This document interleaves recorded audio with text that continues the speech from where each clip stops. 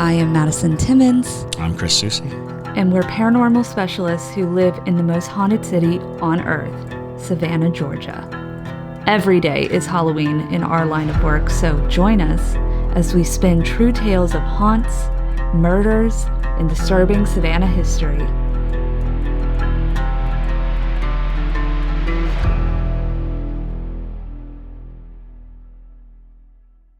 I'm Madison. I'm Chris. And welcome to the most haunted city on earth. Hey, y'all, if you have a ghost story that you want to send us, or a ghost photo, a ghost question, any of the above, go ahead and send it to us at ghostmail@hauntedcitypodcast.com. Hello, and welcome back to another episode of The Most Haunted City on Earth. My name is Madison Timmons. I'm Chris Susie. And I'm JT Timmons. And we are here with a ghost mail as per usual. You've got ghost mail. Exactly. Good ghost mail. We do have good ghost mail. So before we get into that, I do want to let y'all know we have a very exciting announcement. Yes, yes, we had an announcement party for the Parajunkies a couple nights ago, and when we announced it, they were like super lit. It was like comments flooding the live stream chat. It was amazing. We're all so excited about this. So here it goes, Madison. Yes, we are going to the Conjuring House. The Conjuring House. We're doing an overnight at the Conjuring House. Yes. The whole place out for a whole night. That's right. We're going to be alone in the bitter cold of winter in a haunted house with in the middle of the woods. Suspected demon activity in the middle of the woods. Not suspected, confirmed. And other various weird activity. We are going to get to the bottom. Well, or at the very least, we're going to be there. So we're going to scratch at the surface of of the Conjuring House. But yes, we're going. JT is going to be turning 30 years old inside the Conjuring House. We hope. Well, hopefully. We hope he makes it to 5 o'clock in the morning. Is that when you actually become? 5 a.m. Yes. Yep. As long as so at 5:05 a.m. if he's still alive, he'll be 30. Yes. Do you know what's really funny is I had a dream Oh, no. a couple of nights ago. Oh, no. Oh, yeah, there's already things happening. So my mom has always told me that she wakes up at January 26th at 5:05 a.m. every single morning. She's done it for, how old am I? 29 years now.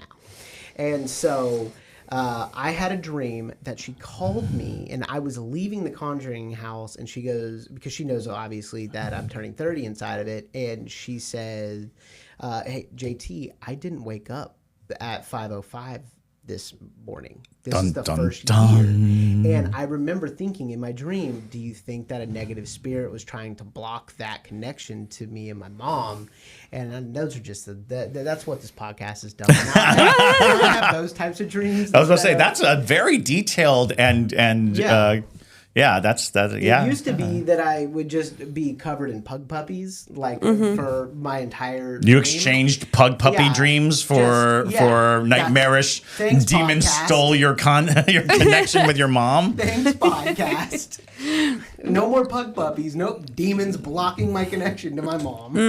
Excellent. Well, yeah, and I hope that happens because that'll be very interesting content. Because it'll be a good story. It'll be a good Your story. torment will be great for the podcast. Hey, you know what? That's why I married her. Always thinking of the podcast. Gotta. Always thinking. It's like how do we spin this? How do we spin this? Oh yeah. There you are. Yeah. There you are. But yeah, we'll be there. Yes, we will. And we're bringing our editor Debria, who is afraid of everything. It's her second ghost hunt ever. I came in the other night and I was like, hi, and she was like, ah! And I was like, oh, you're going to be a lot of fun at the Conjuring House. Yes. She just gets scared about everything. And she didn't know until after she was put on the list of going with us. So she found out the other night and she lost her mind. Yes. So she'll be dreading that night for months now. Yep. It's going to be great. And hopefully we'll just have a lot of great footage of, funny debris interactions and reactions. Absolutely. So we're going to be doing a documentary while we're there. We're just a documentary, like vlog documentary of our entire trip. We're going to be doing a series, most likely in the month of January is what we're thinking. It's probably going to start after Christmas when we come back from our season break. We're going to start it with a series of The Conjuring, and I'm thinking probably one episode out of the week, because we drop 2 a week, will be the new one for The Conjuring, all the way leading up to us actually staying in the Conjuring house. So we're going to be doing an in-depth dive, and we're also going to look into what the other people, like the Ghost Brothers, have stayed there. We're going to watch that episode, and we're going to talk about what their experiences were, maybe even have them on the podcast, because now we're homies, and it's great.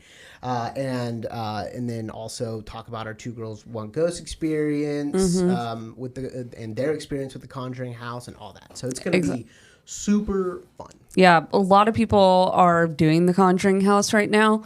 And it was interesting because the Two Girls, One Ghost, they brought up how it was the 10-year anniversary of the movie, right, this year.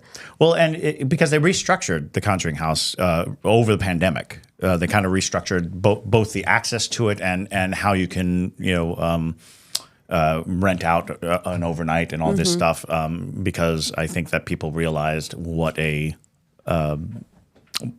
destination it is for so many people, and mostly because the film brought it right up into the the zeitgeist of paranormal entertainment. Yep. So Kalani also just stayed there a couple nights ago. Kalani. Yeah, we even have him on the podcast to talk. I'll hit him up. Talk about y'all's experiences, and we'll compare notes. But yeah, so we're going to start out with some ghost mail, though. Ghost mail. A nice little entertainment section of announcements. Alrighty. So let's start out with 2 spooky stories from Melissa Ducate. Hey, Bear Junkie. Alrighty. So, hi friends, I'm back with some more ghost mail. I was going to send an email with stories all about my childhood home, but instead decided to give you my 2 most spookiest. Very nice. Heard that. So, one from my childhood home and one from an ex-boyfriend's home. I'll start with the ex-boyfriend's home. It had to be early in the year because it was chilly out. It never really gets cold in southeast Louisiana, and I know it was before Mardi Gras. I was dating this guy, and we'd usually go hang out in his room and watch TV. During Louisiana winter, it's usually warm enough for shorts during the day and cool enough for sweats in the evening, so I would wear layers. This particular day, at dinner time, I decided I wanted my boyfriend to take my car and go grab us some food while I stayed and watched whatever I was watching. I'm a cinephile, so I'm sure whatever I was watching I could not be parted with. And while he was gone, his room started to get chilly, so I slid down to the foot of the bed where my sweats were and began to put them on. I looked up and saw a dude standing in the doorway watching me, and I jumped back. A dude. Oh, God. Just a big hunky man standing in the doorway. When I did, he was gone. I was so scared, and my boyfriend could not return fast enough. I don't think I spoke to him for 5 minutes after he arrived. I couldn't find the words. I finally just asked him straight up, "Is your house haunted?" This maniac, without skipping a beat, just nonchalantly says, "Yes, by my cousin." Hey, there you go. Who killed himself in my backyard. Oh, what? Wow. What? And that's Melissa's wording. What? Yeah. Melissa, I'm going to go ahead and say, a lot of people, when they're like, "Is your house haunted?" It's like, yeah, and they don't actually know the story, which is so aggravating when somebody's like, "Yeah, this place is haunted, but I don't know what it is," or "Yeah, there's a guy who just shows up," and it's nice to have like such a definitive answer. It's like, "Oh yeah, my cousin." Yeah. Yeah, totally. That's totally my cousin. 100%. Absolutely. No question, Just no nonchalantly. I really, really, really thought he was being an asshole and messing with me. He then tells me that his cousin, who he was very close with, did what he did when he was a teenager. Trigger warning. He went into a little tool shed in the backyard, sat on a bench, and put a shotgun in his mouth over a girl, allegedly. He then, again, nonchalantly tells me not to be scared.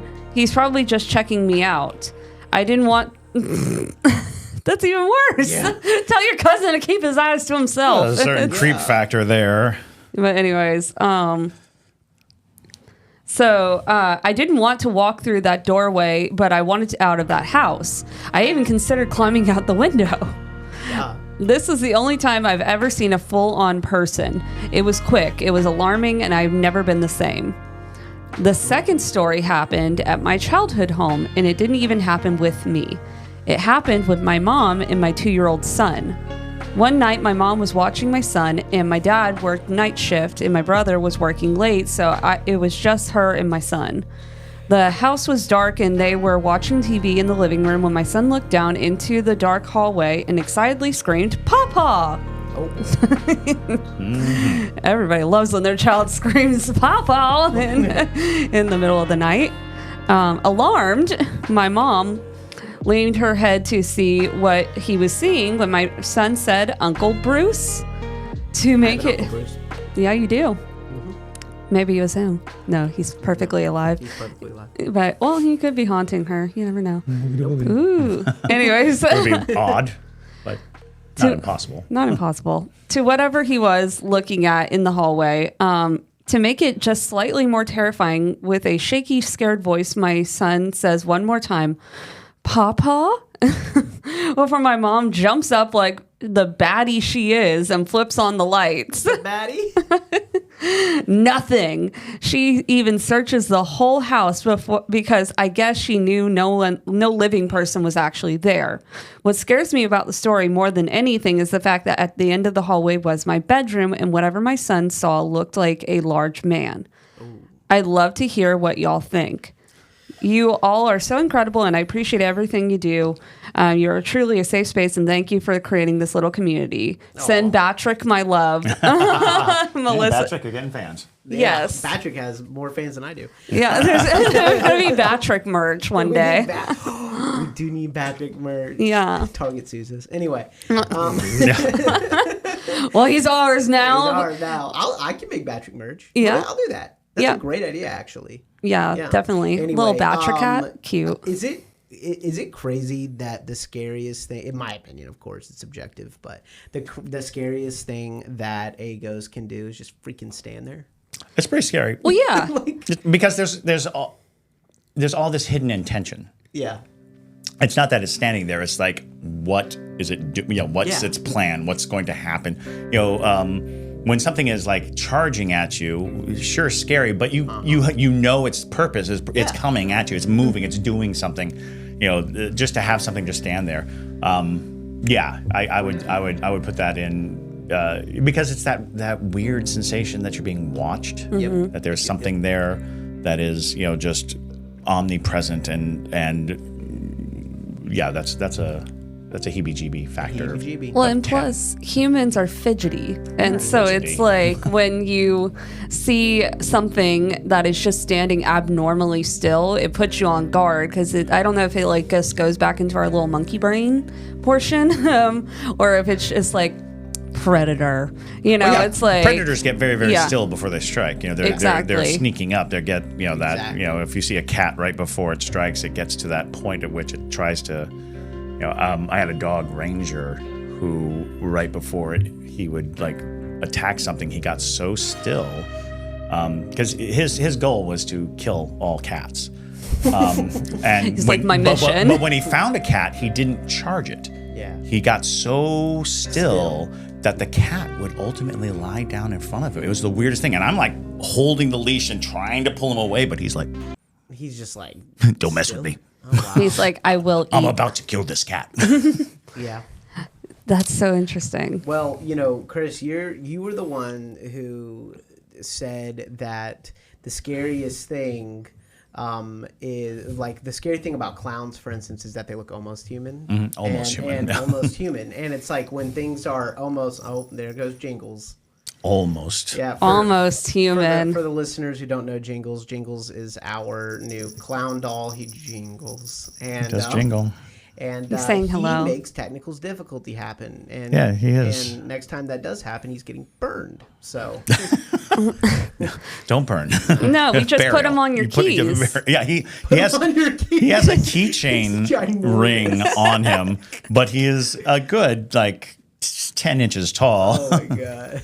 So, but you're not going to lose those keys. This would be a great thing to put like a gas station bathroom key on. Oh yeah. He'll make sure you lose your keys. Yeah. He'll just be there. He'll be like, oh. Because he's up to mischief all the time. Yeah. First day we got him, it was the only podcast that we had to stop in the middle of the live stream because we had so many technical difficulties, and we never we had, like multiple. we have 2023 equipment, and Yeah. it just everything was going wrong. I was And then like, the power went out. And then we had a blackout, right in the middle of it. and Yeah. we're like, and everyone's like, Jingles. Jingles!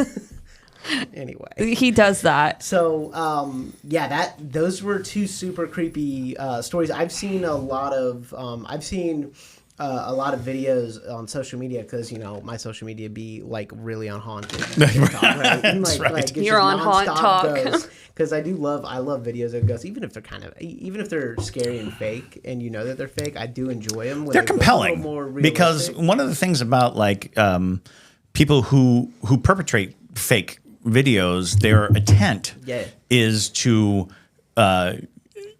alarm or to scare or to but there's a deep-seated desire for it to be real. Yes.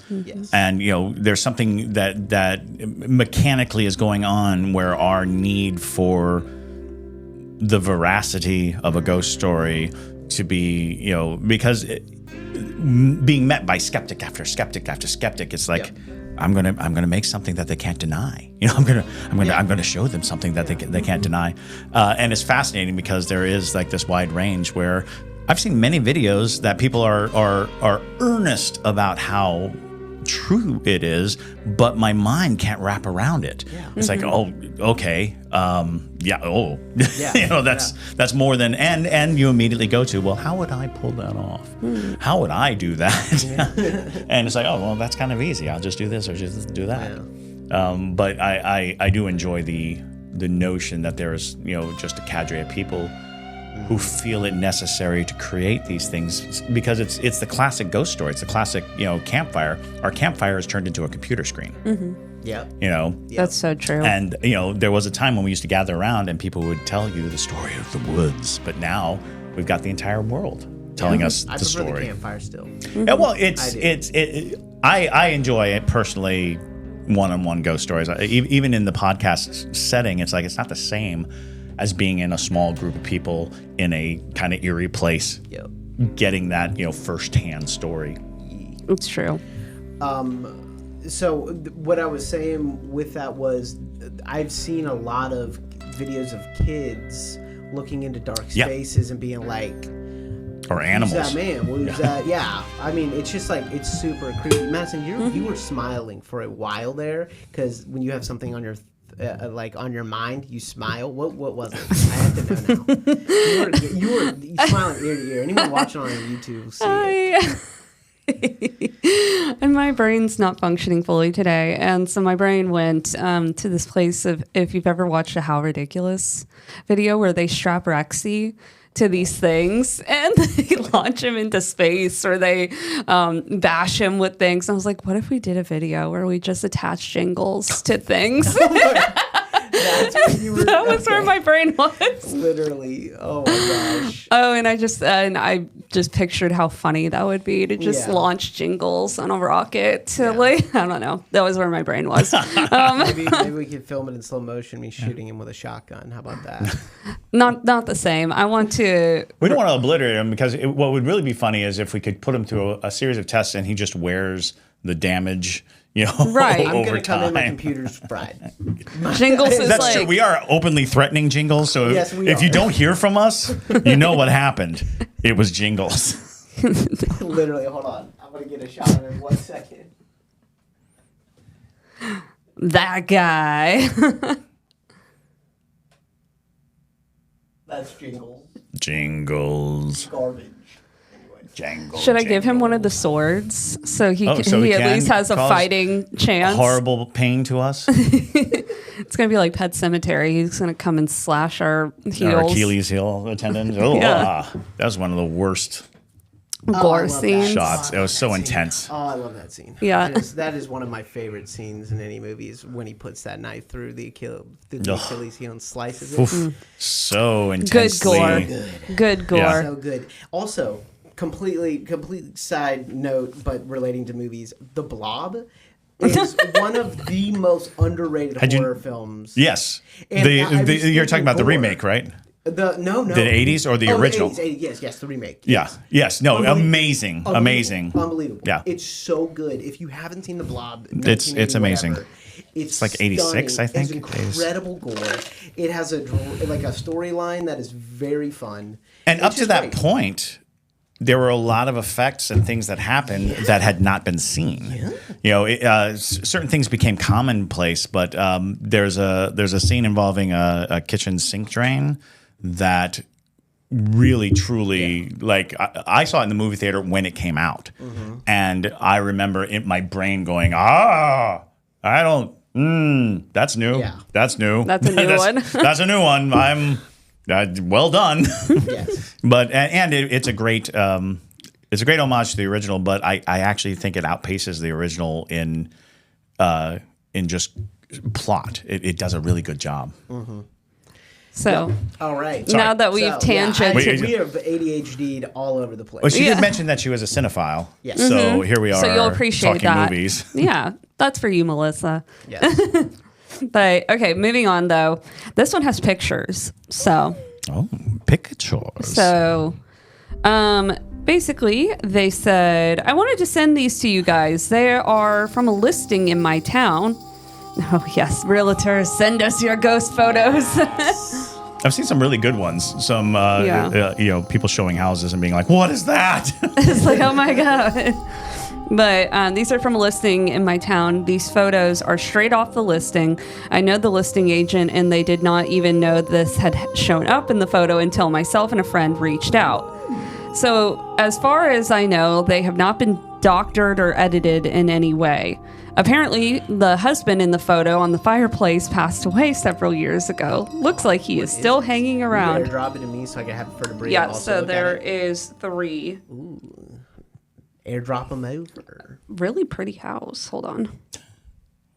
Trying to Now it's all download. good. It's all good. So you see the husband's on the fireplace? Yeah, there's a heck? portrait of him. Oh, okay. I'm thinking this dude's on the fireplace, like crouched. I'm like, Oh okay. no. No. Hold on. That's No, not there's lit. like an establishing sort of photo, and then there's one where you'll find it very quickly. all right. Look right there. Yeah. Oh yeah. I think I actually saw this online, but it's very crazy because it is Take a look behind the bar, Jay. Take a look. Okay. For those people listening, it seems to be a glowing entity. Yeah. Which is always fascinating because a lot of people get like dim or shadowy or impressions or very hyper realistic. This is almost like a photo negative shining. What? Yeah, that's it's What? like Is it the blur? Is this? So No. read what she. So, Jay, Yeah, do you see the photos of the room? I see the photos of the room. Yeah, so that's Look in the just bar. Well, so that's just for the context. for the context for the portrait that she's talking Yeah, about. but I see the bar. The bar. Look behind the bar. Yeah, I see it. Zoom in. Yeah. There's like a whole face. I know. That's what I'm saying. It's blurred. Well, We're talking about the same thing. I mean, it's an old photo, but still. No, I know. Yeah. But Yeah, it's weird. It kind of reminds me of if you've ever seen those crystal blocks that they put a 3D photograph into. yes, yeah, where they etch something Right, into where they etch it. something into the crystal.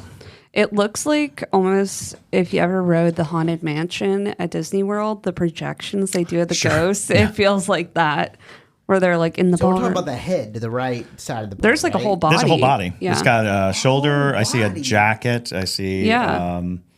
You don't Right see next the to that shoulder. bag. So there's a bag, and then it's on the wall behind the curve of the arch. What on earth are y'all talking about? Because I see a face peeking over the top of this bar. Yeah. In the corner? I see his face. Do you see the gray face?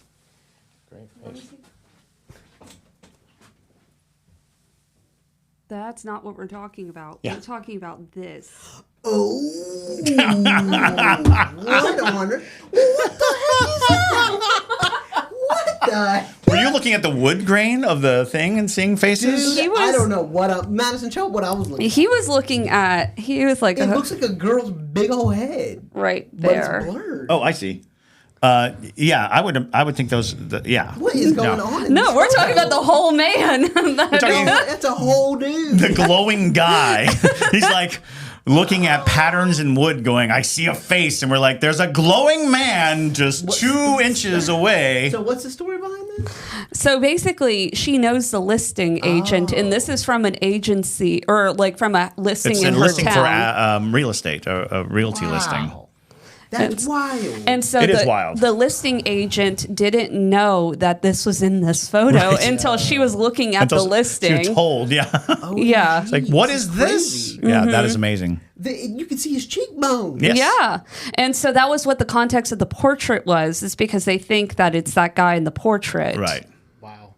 I really need to do the buttons for this podcast thing for the Road Podcaster, so I can hit like hell no, whenever things like this happen. Yeah. For Yes. especially scary things. When especially spooky things happen. Goodness gracious! You can see the eyes, you can see the cheekbones. Right. It looks like he has a smile. He's like, oh, you like my house? No, this It's looks like a good weird. house. No, this look at the smile and how high it raises. Big yikes. We got a could- big jikes out of it. And then what in the heck is this, like this thing peeking over the counter?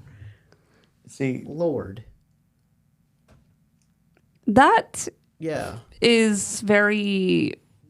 I don't know what it is. I cannot tell what that is, like, at all. But anyway. I can't tell. I right, mean, so- I'm just so So distracted. Chris, could you That's tell crazy. the people listening what exactly we're looking at? Oh, so this is a real estate listing. So you're getting a large picture of a looks like a basement den, maybe, and there's a bar. Now behind the bar there is sort of a window archway that leads into, I'm guessing, a serving area. At the corner of it is standing what appears to be a glowing man. As if the only thing that you could see is where the light touches a figure. In fact, when you really look at it, it almost looks like he's underlit, like the light is coming from beneath them, almost like, an old-fashioned ghost story. You put the flashlight under your chin.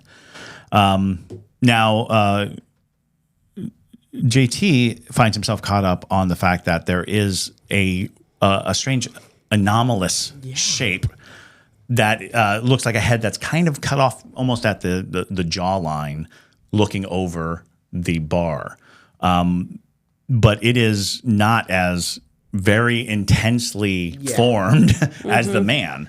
The man is definitely there, whatever it is, because it Right. could be a trick of the light. It could be something that does that, although honestly, when you look at it, you just see a man standing there, but he is glowing. He's glowing. Like where there would be shadow, there is light, so it's like a negative. It's very fascinating. It's a fascinating picture. And it's, I'm not gonna lie. What were you gonna say? I was going to say it's the fact that the real estate agent also didn't know, the Right. listing agent didn't know that was there. Because there's So- no, it's interesting because it's a very lovely house. It's a very rustic looking place, and when you're doing real estate photos, you're just like trying to get the full scope of a room.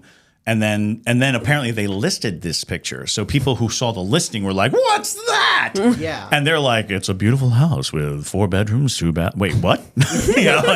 It's definitely one of those things where it would be a fully unintentional capture. Yeah. Yeah.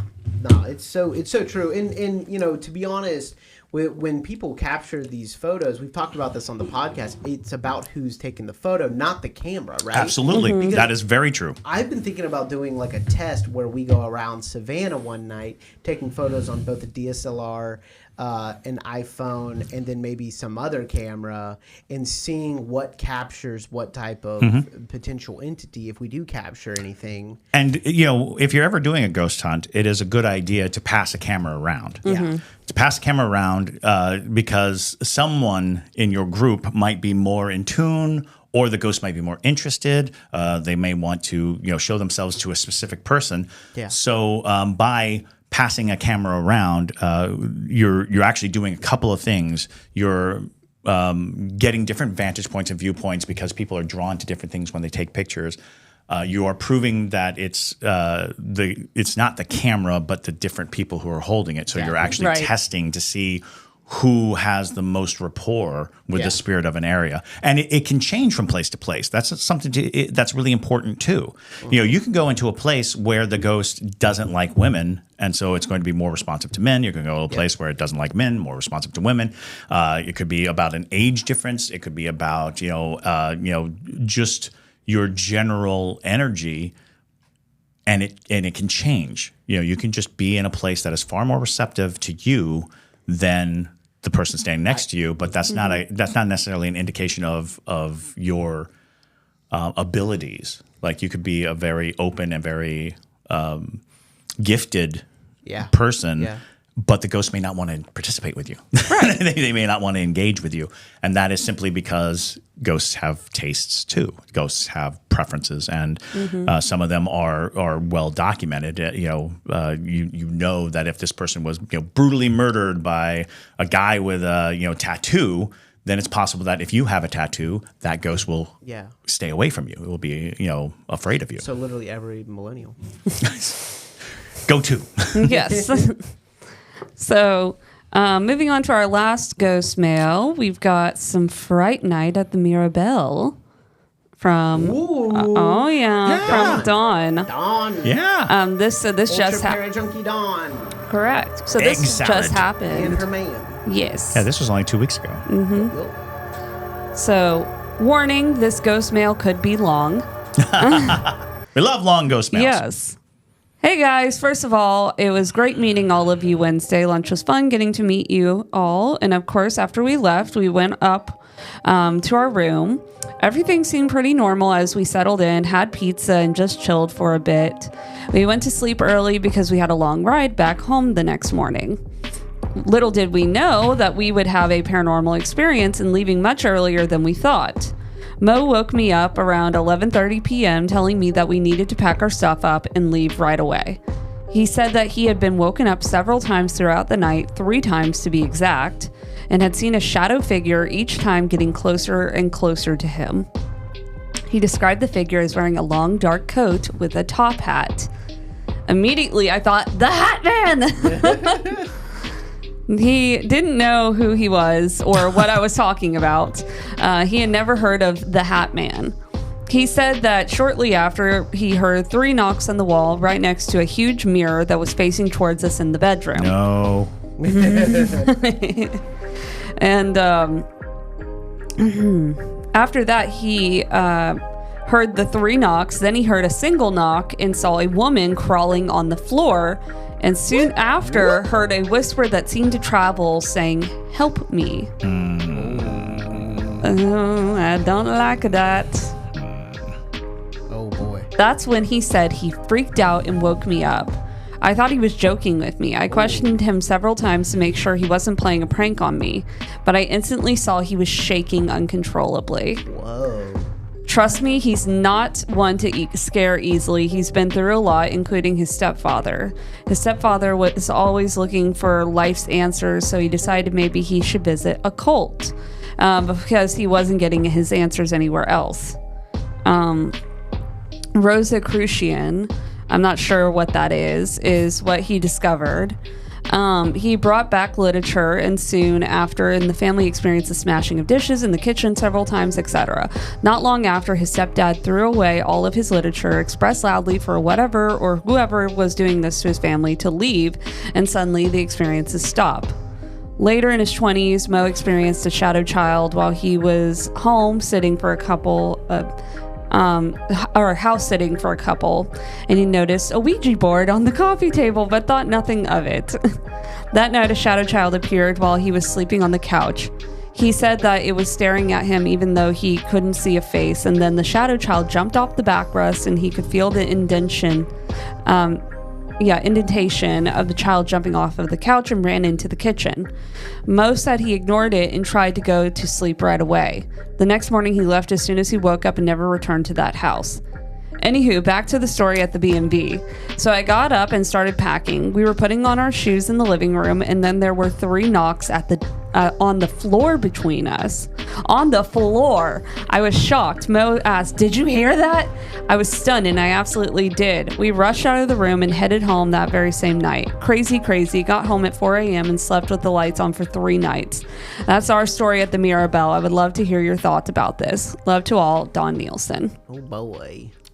Yeah, that's all a big no. What is that, y'all? That is a lot. Yeah. That is a lot. And while that knee-jerk reaction of Hat Man certainly, is there, and this qualifies as a Hat Man sighting, the fact that there was a woman crawling on the floor. Crawling, that's the problem. Well, it suggests that's something even more untoward. Some desperation, some possible residual haunting of a terrible act that occurred there, especially with the whisper of a help me and these kinds of notions. And we've discussed before that mirrors facing your bed are generally a bad idea. Yeah. Sorry for everyone who has mirrors facing your bed. Because mirrors are kind of like, they're windows, let's face it. Yeah. They're windows, and on the other side of the window are a lot of dark and terrible things that kind of want to come through. Oh, yeah. So what we're oftentimes dealing with, especially in transient places, is you could be witness to a lot of people's ghosts. Mm-hmm. People who show up in hotels and bed and breakfast and things like that. They oftentimes, drop their ghosts off if the energy of the place is strong enough to sustain them. Mm-hmm. So you could be experiencing multiple people's ghosts that they brought from all around the world. Mm-hmm. And that specific Airbnb is directly across the street from the Basilica of St. John, which could be where people come for protection and release and belief in their, in the hope that they can shed some of the darker things that follow them. And in those instances, the spirits oftentimes will, rush to a nearby establishment, hide in the nooks and crannies and in the corners. So I think that, that is a tremendously scary thing because of the repetition of the 3. Mm-hmm. When you hear the 3 knocks, or you have the 3 scratch marks, or you hear these, when things happen in concurrence of 3s, that is oftentimes an indication of demonic presence. Demonic presence tends to utilize 3 as their calling card, allowing you to kind of almost anticipate what is coming for you. That is them announcing themselves. So to hear 3 knocks, to see something occur in 3 consecutive ways at 3 consecutive times, those are classically known to be demonic presence. Yeah, that was immediately kind of my thought process too, especially because of its location being across from the church. I thought the same thing, where I was like, I wonder how many people have come with things attached to them, come to this church, because everybody's like, I got something dark on me, gotta go see the Catholics. And right, so right. It's, I'm going to go to confession, I'm going to get blessed, I'm going to get this darkness off of me. Mm-hmm. And it's like, where does it go? Does it dissipate? Does it return to hell? Or does it just go to that lovely Airbnb right across the street? with the waffles. With the wonderful waffles. Yeah. And they're like, demonic presence with a side of waffles sounds like a good time to me. And so there you go. That should be their ad. Right. Well, but still weird encounter and weird for it to happen so quickly where it was, And worth noting that if Mo has this lifelong kind of connection to it, the idea that, especially when you're at a very young age and you're introduced to something like the Rosicrucians are hermetic order of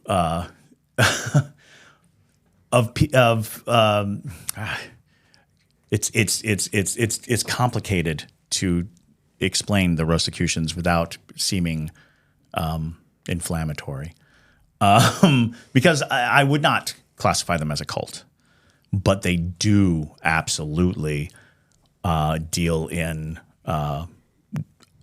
occult, forbidden knowledge, hidden knowledge. They are absolutely dedicated to A, keeping secrets, and B, utilizing those secrets. So it's interesting because that one of the allures of the Rosicrucians is that they have this incredible text of information that is about demons and ghosts and higher orders and the current of the universe and how to tap into it and how to alter things and how to change things.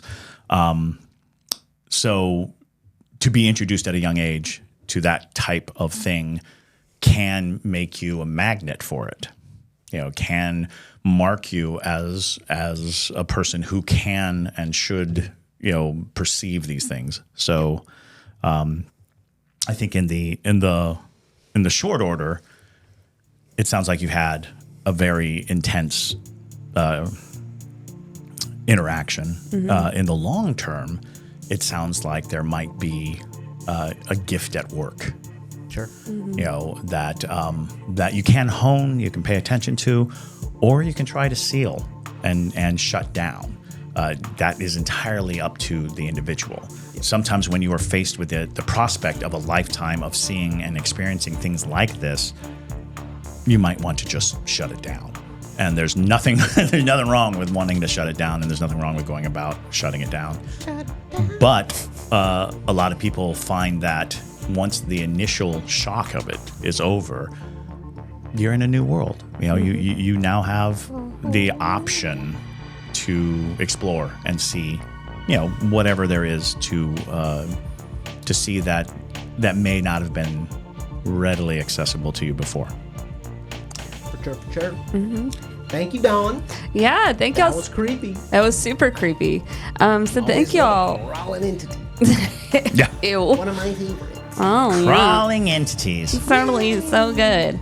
Well, thank y'all for sending in some good ghost stories and some good ghost photos and all the fun things. If you have a ghost story that you want to send us, or a ghost question, photo, what have you, all the things, send it to us at ghostmail@hauntedcitypodcast.com. We definitely would love to see it. But with that, though, my name is Madison Timmons. I'm Chris Susi. And stay spooky, y'all.